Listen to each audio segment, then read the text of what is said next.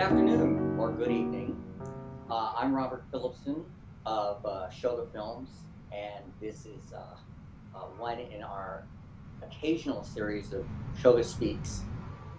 Those of you who have been following Shoga Films online or on social media know that May is the centenary of the musical Shuffle Along, which was the first Black produced musical show to hit Broadway after an absence of 12 years. And it really revolutionized theater traditions in New York and eventually nationwide. That is being celebrated in various ways in various other venues. We're celebrating it by concentrating on Eubie Blake's music. In order to have an in-depth conversation about that, I'm going to introduce you to jazz pianist Eubie, who came to this country when he was 8 years old, lived in New York, or has been living in New York, fell in love with jazz during the time when he was here, and hanging around jazz circles and through educating himself and apprenticeships here and there, he's become a master jazz pianist, has released quite a few recordings. What's unusual about Ehud is that he's really found kinship with earlier piano styles, which we would think of as historical, ragtime and stride. And it was through that interest that he became familiar with the repertoire of the early part of the 20th century. Came upon Eubie Blake's compositions, and he's going to make a very convincing argument that Eubie Blake vastly underrated as a composer. And he made the decision to put out an album of covers of the songs from Shuffle Along. This was very unexpected. In 2008 or so, he did it before George C. Wolfe put his adaptation of the show on Broadway. Even though the album appeared that same year, 2016, the two projects were conceived independently. So that being said, Ehud, will you join us? Hi, Robert. Hi. How you doing? Good. It's good to see you. Thanks for having me. It's actually our first time seeing one another. We've only spoken on the phone. You know, anything else you care to add to the introduction before we go into the No, what you said was great. I just wanted to clarify. So I recorded the songs from the album Shuffle Along. It was 2014 that I recorded them. And it came out on the Blue Heron label in 2016. But, I had been playing the songs, I would say, since about 2009, 2010, I'd been exploring this music. Let's get into the meat of the material. We agreed to talk about 5 songs from the show, and we're starting with one that isn't as the song that everybody knows. I'm Just Wild About Harry. We'll end our discussion with that. But there's a song that I find even more beautiful than I'm Just Wild About Harry. And it was more controversial because it depicted a romantic love between the lead and the lady. This was absolutely normal in musicals of the early part of the 20th century. It's normal now. What was different about it was that everybody was Black. And at the time, African Americans were seen as comic figures, incapable of real romance. So to bring this on was really very daring. Eubie Blake, there are several songs in which the characters speak of their love for one another. But this is a very romantic ballad. I'm Just Wild About Harry, which really took off in popular culture, was an up-tempo song. Um, what we'd like to do is play you an excerpt from it, and then Ehud is going to take it from there. Okay, let's hear it then. Come, dear, and don't let our faith weaken. Let's keep our love fast burning bright. Your love for me is a heavenly beacon, guiding me through love's darkest night. Don't start minding or fault finding, no matter how dark one's path may grow. Fate won't hurry, well, don't worry, we'll just keep our hearts aglow. For love will find a way, though now skies are gray. Love like ours can never be ruled. Cupid's not schooled that way. Dry each tear, dim night. Clouds will soon roll by, though fate may lead us astray. My darling, mark what I say.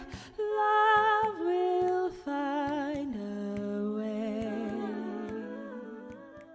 This song has been a personal favorite of mine for many years. Just quickly to say that this, of course, everybody knows I'm just wild about Harry from the show, but Love Will Find a Way has made its way into the, I would say the B side of the jazz repertoire through various jazz pianists who played it. Famously, Willie the Lion Smith recorded it on a record, and also there's some versions of Eubie playing and singing it. So it's kind of a little, definitely not as known as I'm Swell by Harry, but it's a little more known. The thing also with this song is that this was specifically written for Shuffle Along. We know from Eubie Blake himself that there were only 3 songs that were written for Shuffle Along. That was I'm Just Wild About Harry, Bandana Days, and Love Will Find a Way. So in a way, which that's a common practice, Eubie took his older songs and then put it in the show, which every composer, from George Gershwin or Rimbaud, that's what was done at that time.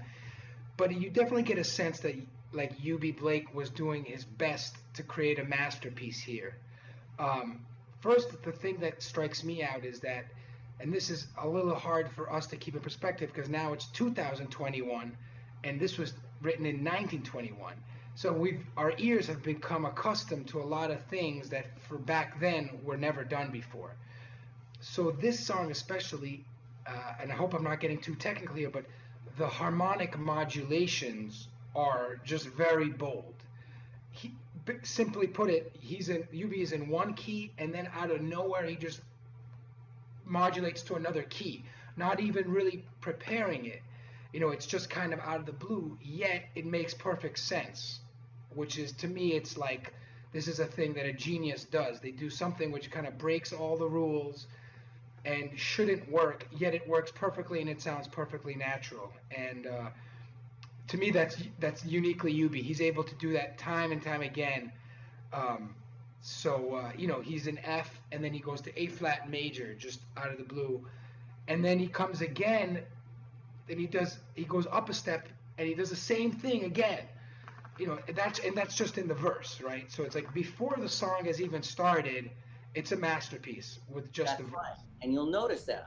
That must be hard for singers to master it. That's absolutely right. And also, it's funny because there's a lot of songs in jazz that all the songs have verses. 99% of standards have verses. And there's a reason they're not well known. Some of them are just not that good.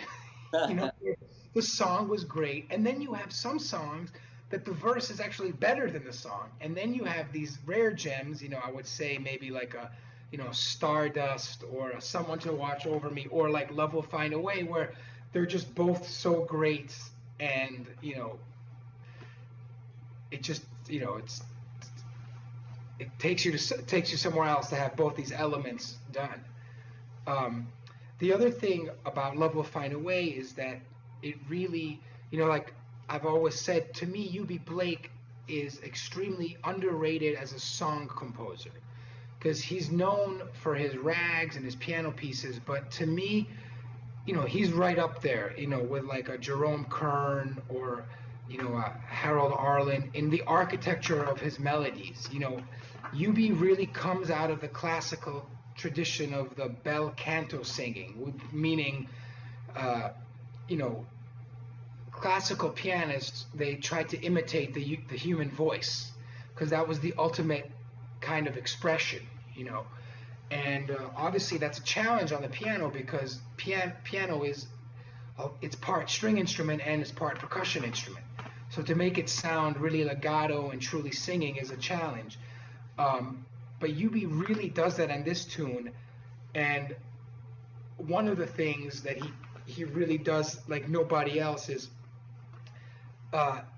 Rachmaninoff, Sergei Rachmaninoff, he always spoke of the point in every song, where it's like there's this certain point, and songs can have many points, but it's like all the melodies kind of unfold and then expand into these points. They expand, they contract, and Eubie, like, this is incredible. If you like, I can demonstrate, or yeah, go ahead. What I was saying. So how he says, and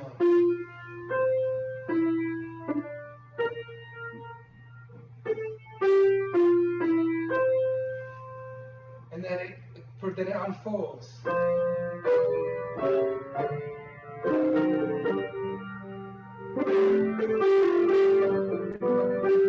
So this kind of idea that there's a leap, and then it comes down, and then it goes up by step, and then it comes down, and it's really,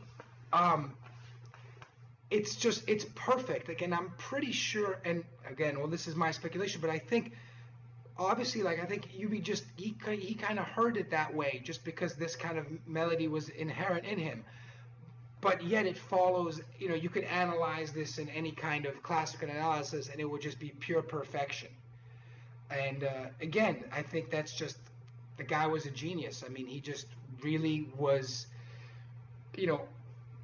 he had a special genius for these kind of melodies, which, there's a lot of other great composers that come out of the jazz world, but some don't have this kind of melodicism. It's like their thing is more of a rhythmic feeling, or there's certain riffs, but Eubie, it's literally like it's meant for melody, and I think that's why it's so, he really hits you right in the heart emotionally, because it's the voice. Yeah, I'm just gonna second what you're saying, because I'm not aware of just the astonishing musical attributes of this one score. And Love Will Find a Way, it blew me away. It is such a beautiful, sweeping, romantic piece. When I did it for the album Shuffle Along in 2014, that was the second time I recorded it. I actually had recorded it before on a duo record with a great saxophonist, Harry Allen, in a duo record we did, and I think that was 2010 or 11, I'm not sure, because, yeah, I mean, it's just such a beautiful tune, and I think all of these songs, and what attracts me to them is that it's amazing that songs that were written 100 years ago and more, we're talking about 100 years later, because, and I think there's something to the fact that this music, there's a lot of great music out there, and there's some certain songs which are great, but when you go to play them, it's as if like you kind of have to play them the way that they were written, because that's the way it is. With these songs, it's not like that. It's like you could play it a million different ways, with different rhythms, in different tempos, with different moods, and it would always be great because they offer some kind of, there's a certain amount of freedom inherently built into these songs, and it's very special repertoire. I mean, there's a reason where jazz musicians are still playing Body and Soul and All the Things You Are, and for me, these Eubie songs are right up there with those. They really are. Let me jump in just to keep it moving forward. The point you made about how these songs can be reinterpreted in any number of ways. We're going to have proof of that when we get to I'm Just Wild About Harry. So we get to come back to that point. One of the things that you introduced me to and your work was a song from the show that is unknown. Nobody's done a recording of it but you, called Everything Reminds Me of You. Another gorgeous melody. I'm surprised that it didn't get picked up in sort of Eubie compilation albums. Never has been. It hasn't been. We're gonna play. I don't have much to say about it in terms of its impact because it didn't have any impact. Yeah. But we're gonna listen to an excerpt from it, and then you can address how you found it and other remarks you might want to make about it. So here we go.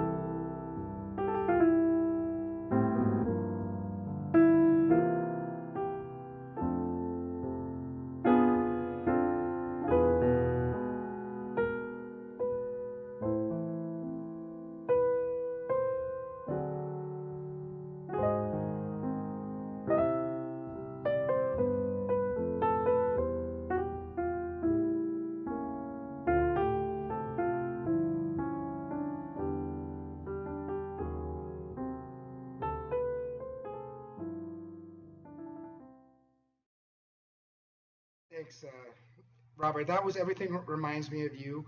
So, it's funny, very funny, because when I was looking for songs in Shuffle Along, it was actually quite easy to find a lot of things because when I was looking, which, was, when I were, 10-ish years ago, the songs were already all in the public domain. So I actually I found most of the obscure ones in university archives online.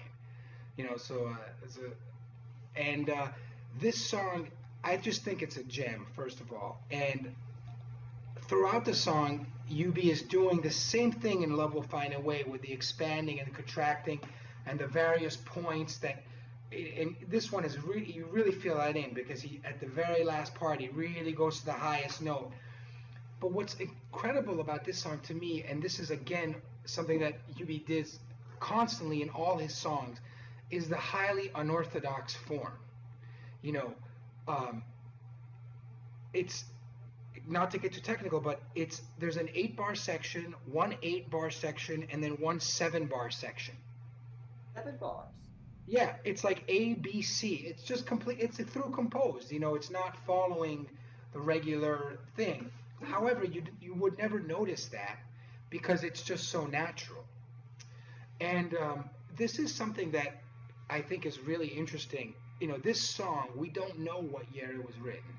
Maybe he wrote it in 1919, maybe 1918, maybe 1917. We just don't know.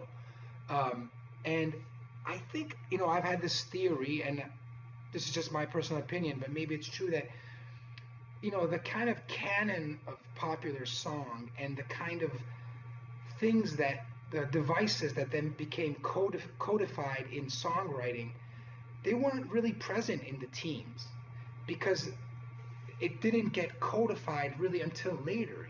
Even it's like if you listen to like even don't go 10 years later and Fats Waller is writing songs, right? You could say, and Fats was Mozartian in his output and the songs, but oh, on the bridge he's doing this progression, oh, he's doing this, and this is this. It's very easy to say these forms because they were already codified by then. There's none of that in Eubie Blake. It's like, and I'm not sure it's because it could have been because the rules weren't written yet, so it was almost freer, or it's just because he was again a genius and just heard this other way of writing, which was much freer and open, and it's almost he was creating his own forms.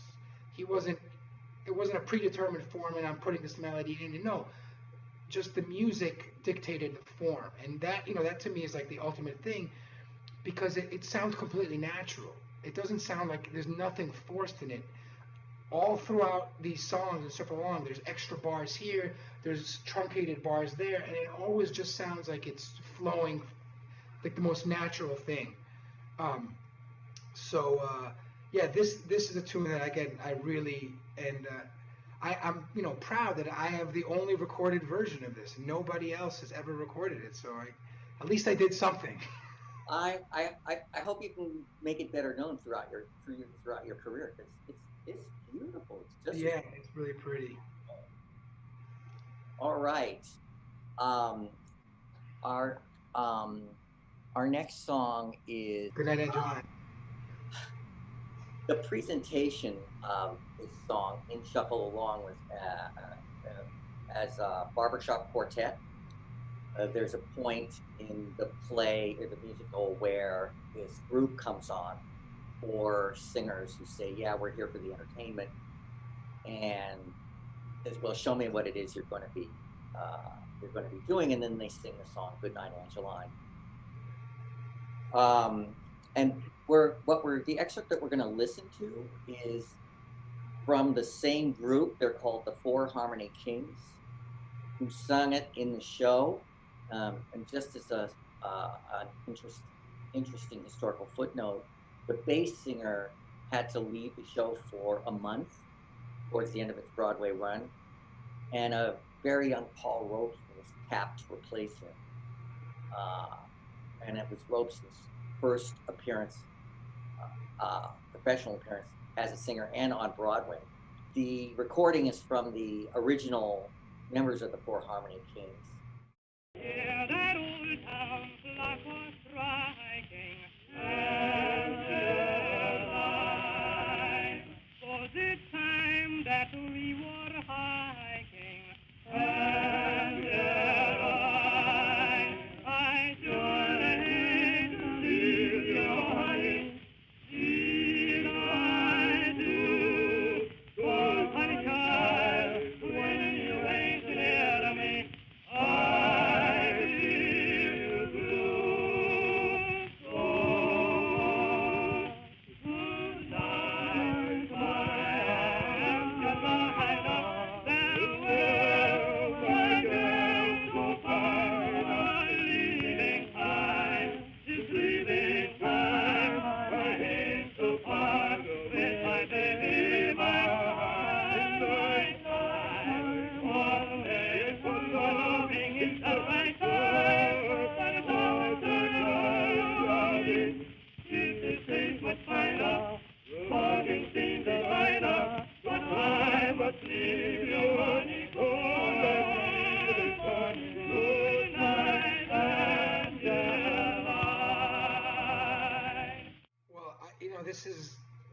This is definitely one of my favorite songs from Shuffle Along.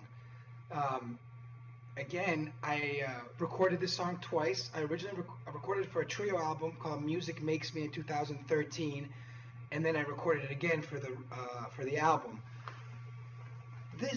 This is one of the tunes that I would say is like the perfect example of it's so open. like there's so many different kinds of interpretation. Um, when I'm just going to quickly demonstrate. When I originally recorded it, I just recorded it like a jazz song. So.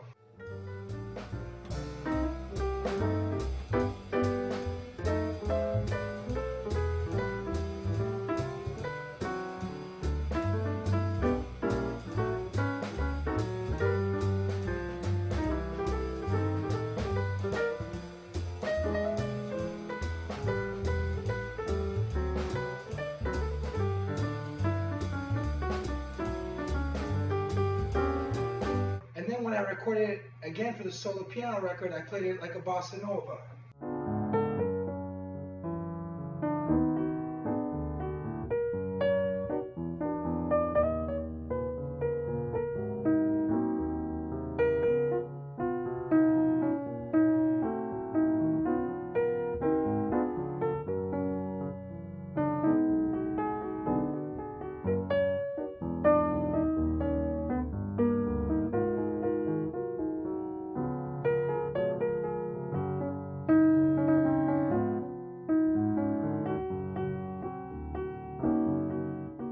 This tune to me is like there's so much going on. It sounds so simple. It almost sounds like a childhood song, or like not a nursery rhyme necessarily, or like a song kids would sing. You know, like almost like there's some like folk element there. And I remember I played it. My friend is a great bass player, Neil Miner. He's played with everybody, and he's one of these guys that if you play a song he doesn't know, he doesn't want music. He says just play it, and I'll get it, and which I totally respect, because it's a way, it's almost meditative, that you're forced to concentrate and be in the moment, and it's a great way to learn music and play music. And whenever I remember specifically I played the song with him, and he said, oh yeah, that song, as if, and I know he didn't know the song, but what he meant was like, oh, that melody, it's like, it's almost as if like that melody is in the ether, and it's like, this is one of the songs that sounds like it was composed before time, and it was always there, and like Eubie just took it out of the air. It's like almost as if it's always been there or something like that. To me, it just feels like it's so perfect. And again, once you start looking at it, is extremely unusual. So it's 2 8-bar sections, and then a 2-bar tag with harmonically, it's the Neapolitan 6, which is kind of this ominous, good night, Angeline. And even the melody, it's different. It's 2 sections which are harmonically almost as identical, but the melody is completely different both times. So it would have been easy for him just to do the same thing, copy and paste, but he doesn't. He writes a completely different thing. And to me, again, you hear it and it's just perfect. Can you demonstrate that on the piano? Yeah. You mean how it's different? Yeah. Yeah. So the first time, he says.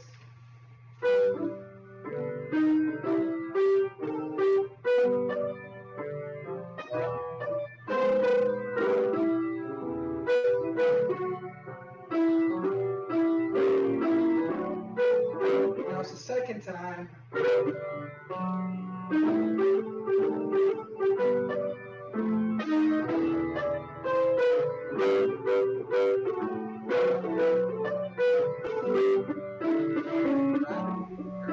And here's the tag.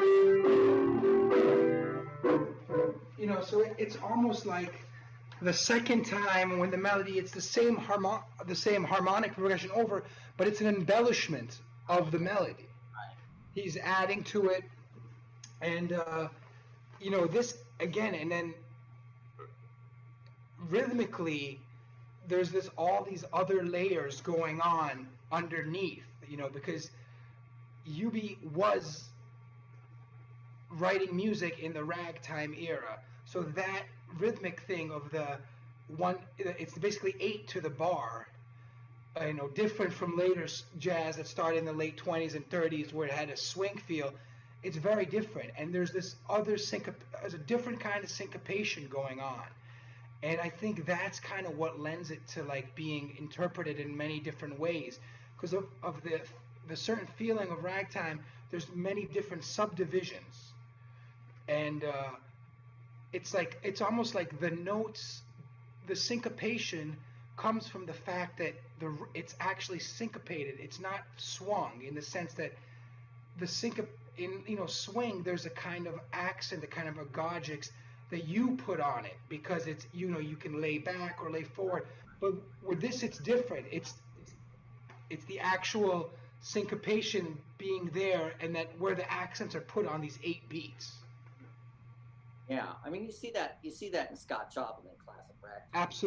Absolutely, and and Eubie has that element, but then he's also bringing in other elements, like I would say the bel canto thing. You don't really see that so much in Joplin, and there's a certain amount of, like, Eubie is just, you can play. I mean, what I basically did on Shuffle Along was, my concept was like, let me go back and play these songs, but have all my influences of jazz piano, which are from from his time up until later on to Thelonious Monk and Bill Evans. So the fact that his writing is so open allows you to do that. Who would think of pairing bossa nova with something that was that was composed during a ragtime, late ragtime? Well, what's funny is it's exactly, but the rhythmic feel is very similar because of the straight eighth notes. Mm-hmm. Especially like Latin, Brazilian music, especially the 8th, the 16th note, or the cymbal, it's the same actually as ragtime. Wow. The swing feeling that happened later, that's different because you're pulling back and there's more of a triplet feel. But right. This stuff is very much in that vein. I love the vocal arrangement of Goodnight Angeline, but I think the complexity of it actually obscures the melodiousness and the unusual structure of it. Like that tagline, it was like, whoa, that really struck me, even in that arrangement. Yeah, no, it's really like, I remember when I first heard it, you hear the da da da da da, I just immediately thought of Thelonious Monk, because I thought of the way he plays chords and there's the intervals, and it was exactly that. And then when I play it with a bass player and a drummer, that's kind of the way I'm hearing it. I really, it's just, again, it's this, I think it's Eubie Blake, genius. It's like he just could take these things that seem like they're out of the blue and he makes them work. Because a lot of people take things that are out of the blue and they sound out of the blue. You find this so often true with the standards that come out of the 20s. When you hear the way they were performed on Broadway, it's like, who would have guessed? There's so many George Gershwin songs that, when they were played in the 20s theater style, you don't recognize their genius, and then until they're brought into other traditions. Absolutely. Well, this could be a controversial topic, but I'm a jazz guy. I'm a jazz piano player. I'm a New York jazz pianist. I love James P. Johnson. I love Bud Powell. So I have always been very much, I'm simpatico with that opinion. For me, the greatest interpreters of Gershwin are Billie Holiday and Art Tatum and Teddy Wilson and those people. Although the theater way, it's its own thing. It's definitely its own thing. But I much agree with you that for me those songs really were brought to life and actually kept alive by jazz musicians. Someone like Sonny Rollins. I think he even might have said one time, he should have gotten an award from ASCAP for keeping, these songs alive, because he just would play these tunes and maybe they wouldn't have been in the canon unless jazz musicians would have played them. I definitely agree. I definitely agree. But Eubie is different because coming from more of a jazz background, it's a different kind of thing in those tunes. But I think he's somewhat neglected for that same reason. He didn't have a string of Broadway hits for one reason. Right, exactly. He was much, absolutely. And I think maybe it's also possible his fame as a ragtime composer of pieces That's right. kind of eclipsed his songs. That's right.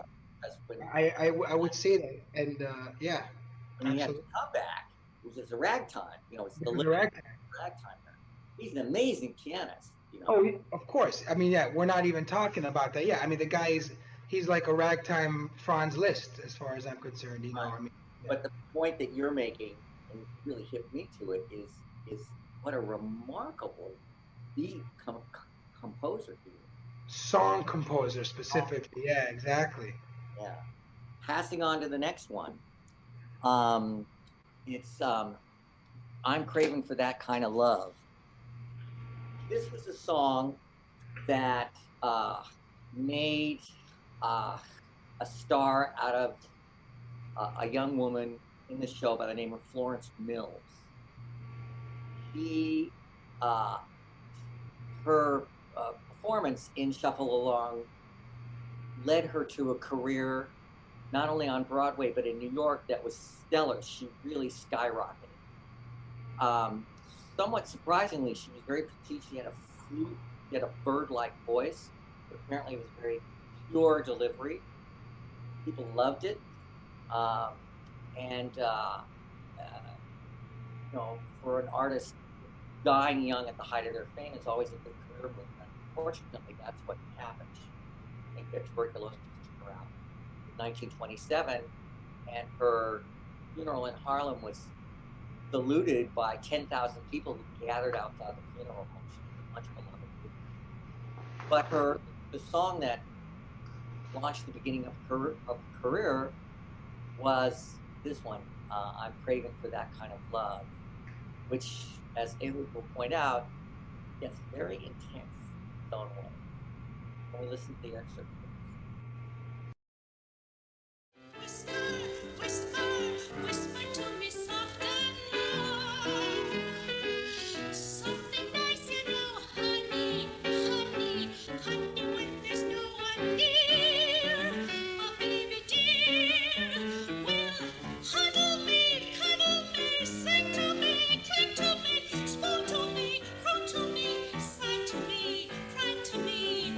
I'm craving for that kind of love. This song I love so much, and this is a great example of harmonically, and this is something that Eubie Blake really was a master at. And this is again a testament to his greatness. Aside from these, he could write songs that were so unusual, like Everything Reminds Me of You, or Goodnight Angeline. But then he could also turn around and write songs that weren't unusual at all, actually were quite ordinary, but somehow you're just so moved by them. And this one for me is one of them. Harmonically, this, even though again this was probably written in the teens, there's a lot of songs that have this kind of the harmonic progression. All of Me has it. There's not a lot new harmonic material, and even melodically it's not. But somehow he just builds this whole thing to the last section, where I don't know. I mean, maybe I'm just a romantic, but it's like by the end, I'm like, I have goosebumps and a tear in my eye just because, when he gets to the,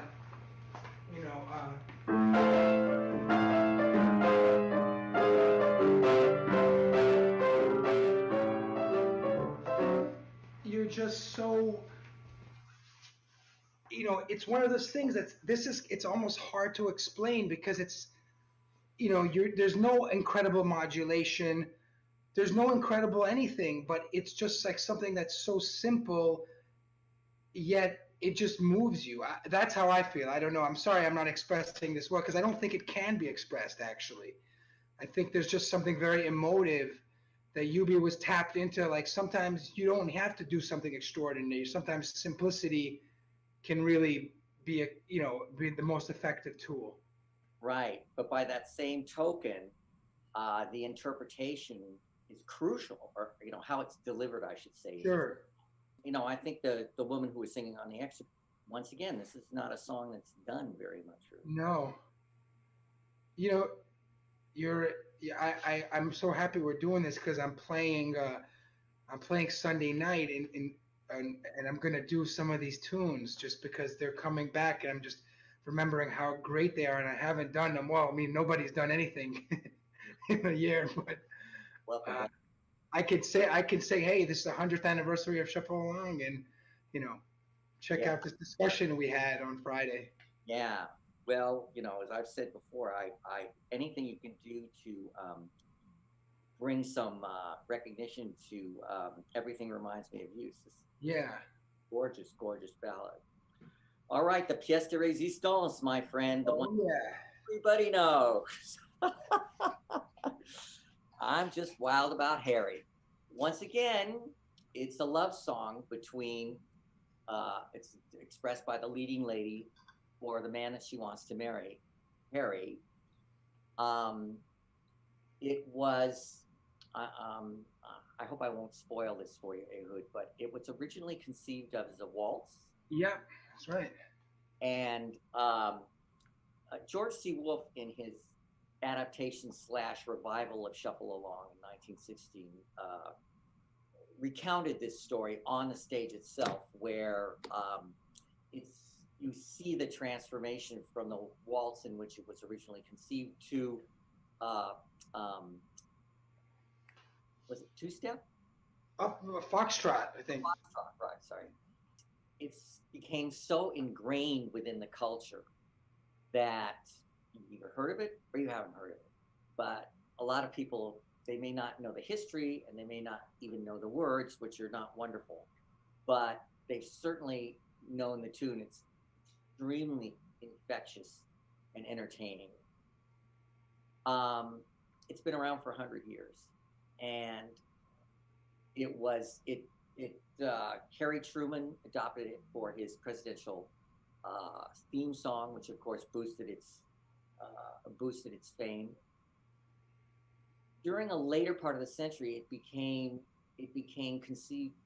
regarded as corny, which I think is really more a problem with the lyrics than the tune itself. But there's a reason that it's never going to go away, and it's not just because it's an earworm. And you'll hear why when we listen to Ehud's. I'm not even going to call it a reinterpretation. I'm going to call it an excavation of the tune. Can we have it, please?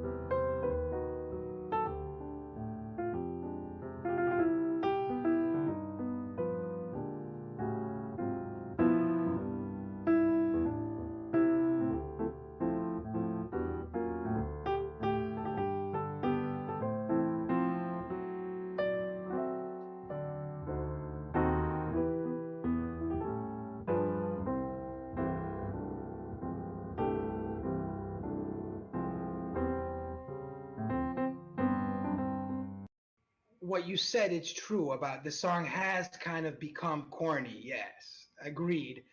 Agreed. Also, probably because of the lyric. But you have to think about why did it also become corny? Taking the lyric out of it, there's something in the song that's like irresistible. Um, Again, this is off the top, highly unusual form wise. I mean, I can't think of any other song from the 1921 with this form. It's like so looking at it, if you look at it from like the macro, you would say it's two halves with a little tag. But if Mm-hmm. you look at it closer, it's like there's an 8 bar section, another 8 bar section, which is almost completely different, then another eight and other 8 bars, which harkens back to the first but changes harmonically, and then another 12 bar section, which has this extended tag. I mean, again, I just, and then the repetitive part of the, well, he's just wild about, I'm just wild about that tag, but it's like, Right. I mean, it's like Jobim did that later with the Waters of March. Um, it's just, I don't know how he figured this out, and I don't know how he figured out, and harmonically extremely rich.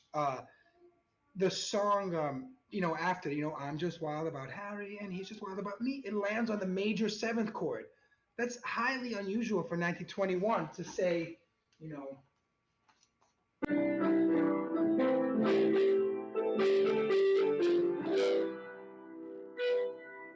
it's the seventh note of the scale.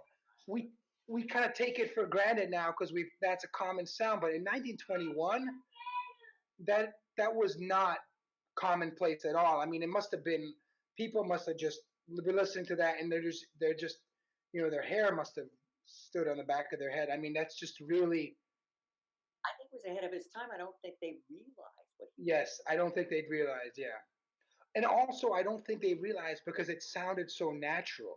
right. You know what I mean? It's like you don't realize when someone's such an because it makes perfect sense. It's not there's nothing pretentious. There's nothing like he's trying to do this because he's showing off. No, he's just doing this because that was inside of him.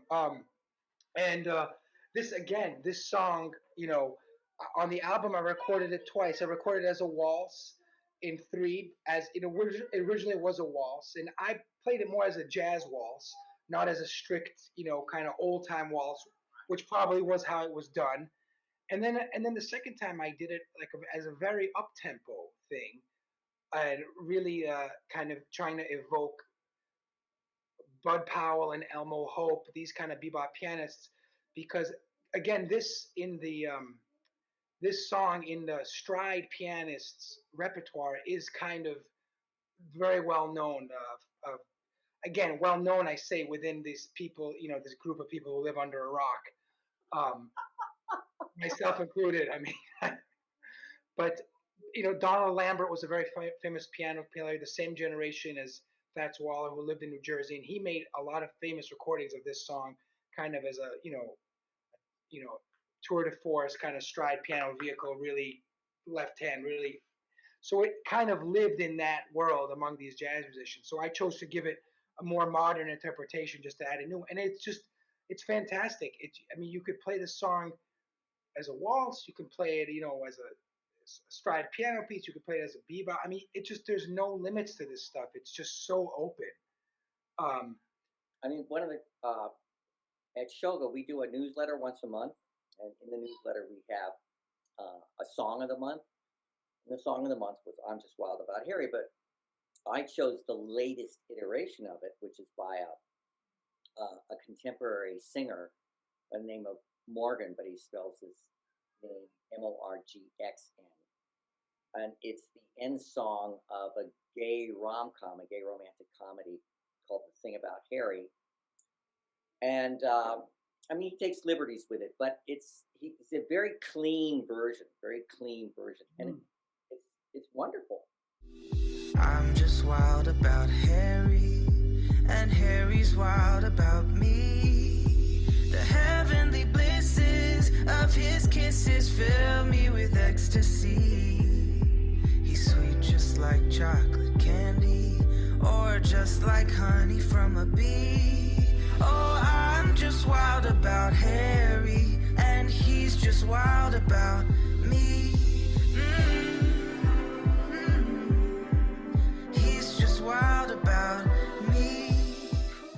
Again, this is one that just like melodically, you could make it you could see I could see an operatic singer, doing a more leader like classical version. I mean, it's just one of these again perfect melodies where it plays on the scale. You know, like I'm just looking down. I'd written out some sheet music when I recorded this. I dug this up, and when you look at the stiff, you can really see the architecture in the music. Like it almost like you can look at it and know it's going to be good just by how the balance in the skips, whether they're intervallic or stepwise. I mean, it like really, it looks like, it's like Schubert or something like that. The melody to me, I mean, it's so perfect. I think what was going on. I think part of the reason for sort of the inability of his audience, even up to the present day, to recognize his gifts was in a song like "Why I'm Just Wild About Harry." What hits you over the head is the tag. Nobody Yeah, tag. But if you're not familiar with a seventh interval, within the confines of a popular song, it just may pass right over your head. yeah. Although you might have found yourself leaving the theater singing that seventh interval, But you don't recognize how but unusual. you don't recognize that. Yeah, sure. Eubie was playing in Atlantic City in 1906. I remember uh, reading one of his first gigs was playing at a hotel owned by Joe Gans, who was a boxer in 1906 in Atlantic City, and he was making $50 a week, playing 7 days a week, which that was good money back then, playing piano. And I mean, he split the bill. I can't imagine what the other piano players were like back then. There was a lot of piano playing going on, and these guys, they played everything. They played opera, they played ragtime, they played French songs. I mean, we're forgetting at the turn of the century, Rachmaninoff was playing. You have Joseph Hoffman, Paderewski. I mean, the level of just playing the piano it was just giants were just doing it. Yeah. And these guys who were popular piano players playing in bars, they played all that stuff and then more too. Yeah, and of course, ragging the classics was a Of course, of course, of course. You were expected to do that. You played all the music. Yeah, yeah. yeah, absolutely. Well, as I told you, the time would fly by, and so it has. Um, I want to thank you for participating in this conversation. It's been such a pleasure for me, Thank you for having me, Robert. and you've really opened my eyes uh, to the depth and genius of Eubie Blake. I hope you can take that message out into the world, because I wish there were decent recordings of yours, with the exception of yours. They're just he's just not performed sufficiently. Yeah, there's not. Yeah, I mean, there's just a couple, a handful of songs, but yeah, it's not. We should definitely try to make a push to have some of these more in the canon, in the standards. Yeah, yeah. There will be a link on my website, and you have a website too, do you not? Yep, it's just EHUD piano, ehudpiano.com. People could go on Amazon or Barnes and Noble. It's on iTunes, it's on Apple Music, um, and it's on that, and it's on Amazon as well. Thank you for tuning in. Any final words, Ehud? No, I want to thank you for making this happen. It was a nice surprise that you contacted me out of the blue. You do something like very obscure, and you don't think anybody is gonna take note of it. And It resonates. Not the end. one quick story. I think maybe the listeners might find this funny if you don't mind indulging me. Downbeat magazine has a blindfold test. Do you know about this? In the back, they basically interview well-known musicians and play them songs and say, guess who it is. So they played a very well-known pianist. They played him one of the tracks from the record, and the guy said he heard it and he said, "Wow, this is amazing! 5 stars. This piano player is probably dead." Ah! Meaning like it sounded like I was playing. I sounded like a dead guy, whoever it was, and then so I said, "That's a compliment." I said, "I sound like a dead guy." It's good. Well, thank God you're not dead, and you're young and have many decades of wonderful music ahead of you. So keep excavating that canon, because there's a lot there that needs to be. Thank you so much, Robert. I appreciate that. Okay. I think we're done. I'm going to say goodbye to everybody.